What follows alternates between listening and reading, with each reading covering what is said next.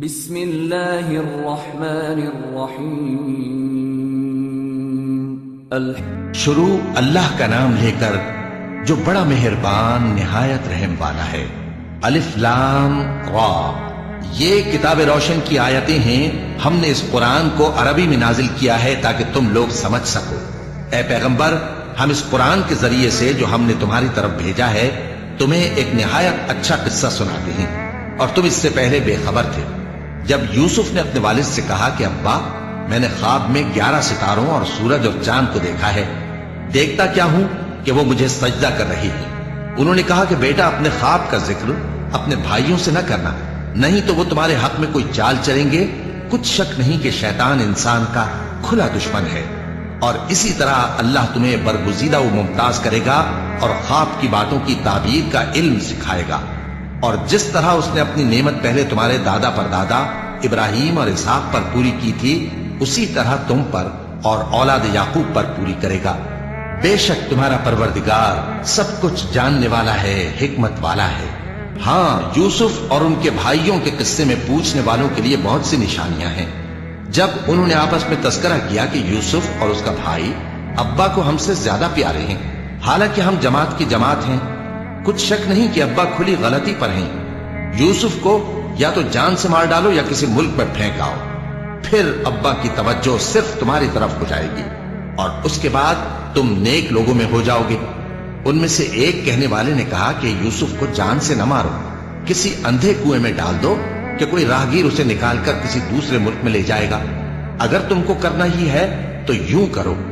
یہ مشورہ کر کے وہ اپنے والد سے کہنے لگے کہ ابا جان، کیا سبب ہے کہ آپ یوسف کے بارے میں ہمارا اعتبار نہیں کرتے؟ حالانکہ ہم اس کے خیر خواہ ہیں، کل اسے ہمارے ساتھ بھیج دیجئے کہ خوب میوے کھائے اور کھیلے کودے، ہم اس کے نگہبان ہیں۔ انہوں نے کہا کہ یہ امر مجھے غمناک کیے دیتا ہے کہ تم اسے لے جاؤ، یعنی وہ مجھ سے جدا ہو جائے، اور مجھے یہ بھی خوف ہے کہ تم کھیل میں اس سے غافل ہو جاؤ اور اسے بھیڑیا کھا جائے۔ وہ کہنے لگے کہ اگر ہماری موجودگی میں کہ ہم ایک طاقتور جماعت ہیں اسے بھیڑیا کھا گیا تو ہم بڑے نقصان میں پڑ گئے۔ غرض جب وہ اس کو لے گئے اور اس بات پر اتفاق کر لیا کہ اس کو اندھے کنویں میں ڈال دیں، اور ہم نے یوسف کی طرف وحی بھیجی کہ ایک وقت ایسا آئے گا کہ تم انہیں ان کے اس سلوک سے آگاہ کرو گے، اور ان کو اس وحی کی کچھ خبر نہ ہوگی۔ اور یہ حرکت کر کے وہ رات کے وقت باپ کے پاس روتے ہوئے آئے، کہنے لگے کہ ابا جان، ہم تو دوڑنے اور ایک دوسرے سے آگے نکلنے میں مصروف ہو گئے اور یوسف کو اپنے اسباب کے پاس چھوڑ گئے تو اسے بھیڑیا کھا گیا، اور آپ ہماری بات کو گو ہم سچ ہی کہتے ہیں باور نہیں کریں گے، اور ان کے کرتے پر جھوٹ موٹ کا لہو بھی لگا لائے۔ یعقوب نے کہا کہ یوں نہیں ہے، بلکہ تم اپنے دل سے یہ بات بنا لائے ہو۔ اچھا، صبر کہ وہی خوب ہے، اور جو تم بیان کرتے ہو اس کے بارے میں اللہ ہی سے مدد چاہیے۔ اور اب اللہ کی شان دیکھو کہ اس کنویں کے قریب ایک قافلہ آوارد ہوا اور انہوں نے پانی کے لیے اپنا سقا بھیجا، تو اس نے کنویں میں ڈول لٹکایا، یوسف اس سے لٹک گئے۔ وہ بولا، زہے قسمت، یہ تو ایک لڑکا ہے، اور اس کو قیمتی سرمایہ سمجھ کر چھپا لیا۔ اور جو کچھ وہ کرتے تھے اللہ کو خوب معلوم تھا، اور انہوں نے اس کو تھوڑی سی قیمت یعنی معدود چند درہموں پر بیچ ڈالا، اور وہ اس سے بیزار ہو رہے تھے۔ اور مصر میں جس شخص نے اس کو خریدا، اس نے اپنی بیوی سے جس کا نام زلیخا تھا کہا کہ اس کو عزت و اکرام سے رکھو، عجب نہیں کہ یہ ہمیں فائدہ دے یا ہم اسے بیٹا بنا لے۔ اس طرح ہم نے یوسف کو سرزمین مصر میں جگہ دی، اور غرض یہ تھی کہ ہم ان کو خواب کی باتوں کی تعبیر سکھائیں، اور اللہ اپنے کام پر غالب ہے لیکن اکثر لوگ نہیں جانتے۔ اور جب وہ اپنی جوانی کو پہنچے تو ہم نے ان کو دانائی اور علم عطا کیا، اور نیکوکاروں کو ہم اسی طرح بدلہ دیا کرتے ہیں۔ اور جس عورت کے گھر میں وہ رہتے تھے اس نے ان کو اپنی طرف مائل کرنا چاہا، اور دروازے بند کر کے کہنے لگی، یوسف جلدی آؤ۔